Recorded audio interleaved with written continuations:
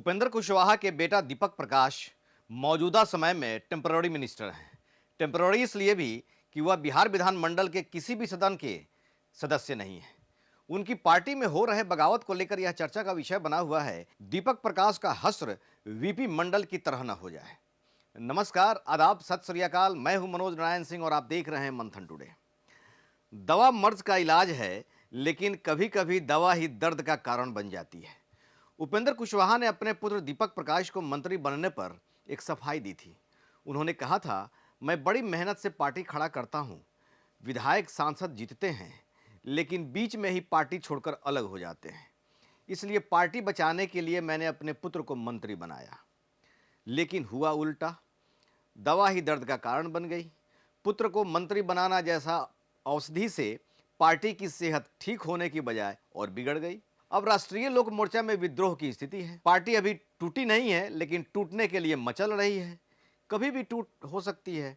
क्या दीपक प्रकाश को मंत्री बनाना उपेंद्र कुशवाहा के लिए आत्मघाती साबित होगा? दीपक प्रकाश किसी सदन के सदस्य नहीं है। मंत्री पद पर बने रहने के लिए उन्हें 6 महीने के अंदर विधान परिषद का सदस्य बनना होगा। चूंकि एनडीए में उपेंद्र कुशवाहा बीजेपी की जिम्मेदारी है, इसलिए अब बीजेपी दीपक प्रकाश को समय रहते विधान परिषद में भेजेगी।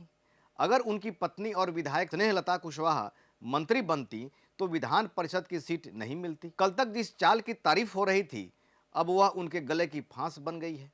पार्टी के 3 विधायक बगावत पे उतारू हैं। किसी भी सदन का सदस्य नहीं होने पर मंत्री बनाया जाना 2 स्थितियों में अमूमन होता है। पहला, जब सरकार को किसी विशिष्ट ज्ञान वाले व्यक्ति की जरूरत होती है।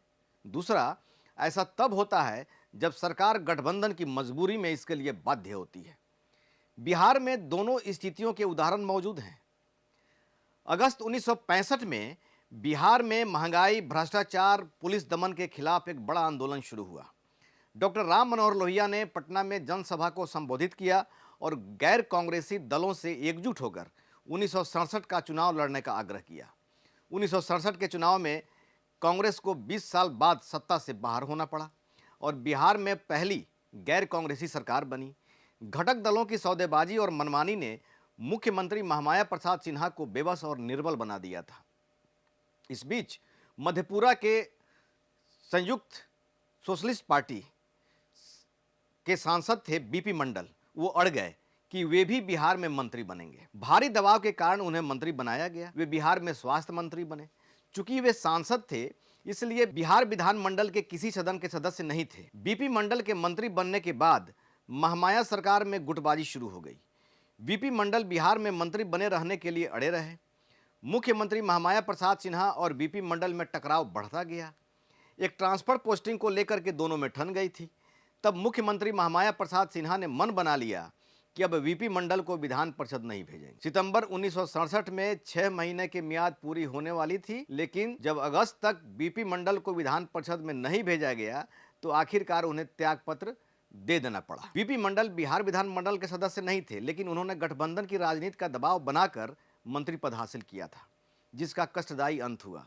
बीपी मंडल बिहार में मंत्री पद छोड़ दिया और सांसदी के लिए फिर दिल्ली चले गए। 2010 के चुनाव में नीतीश कुमार एनडीए को प्रचंड बहुमत मिली थी। सरकार गठन की तैयारी चल रही थी। उस समय प्रशांत कुमार शाही, पीके शाही, बिहार के एडवोकेट जनरल हुआ करते थे। वे 2005 से इस पद पर कार्यरत थे। नीतीश कुमार उनकी कानून की जानकारी और समस्या समाधान की क्षमता से बहुत प्रभावित थे। तब उनकी विद्वता और सूझबूझ को सरकार के हित में उपयोग करने का फैसला हुआ। नीतीश कुमार ने उन्हें शिक्षा मंत्री बना दिया और बड़ी जिम्मेवारी दी। वे नवंबर 2010 में मंत्री बने और मार्च 2011 में बिहार विधान परिषद के सदस्य चुने गए। तो इस तरह बिहार में जो उदाहरण मौजूद है, इसको लेकर के सियासत के गलियारे में चर्चा है और जो भी राजनीतिक विश्लेषक हैं वो इस पर चर्चा कर रहे हैं कि कहीं अगर उपेंद्र कुशवाहा अपने कुनबा को संभाल पाने में सफल हुए तो उनकी सोच कामयाब हो सकती है। अगर कामयाब नहीं हुए तो उनके बेटा का मंत्री पद जो है कहीं खतरे में पड़ सकता है। आने वाला वक्त बताएगा कि हालात क्या होते हैं। ऐसे ही खबर देखने के लिए देखते रहिए मंथन टुडे। हमारे चैनल को लाइक करिए, सब्सक्राइब करिए और अधिक से अधिक लोगों तक शेयर करिए। बहुत बहुत शुक्रिया।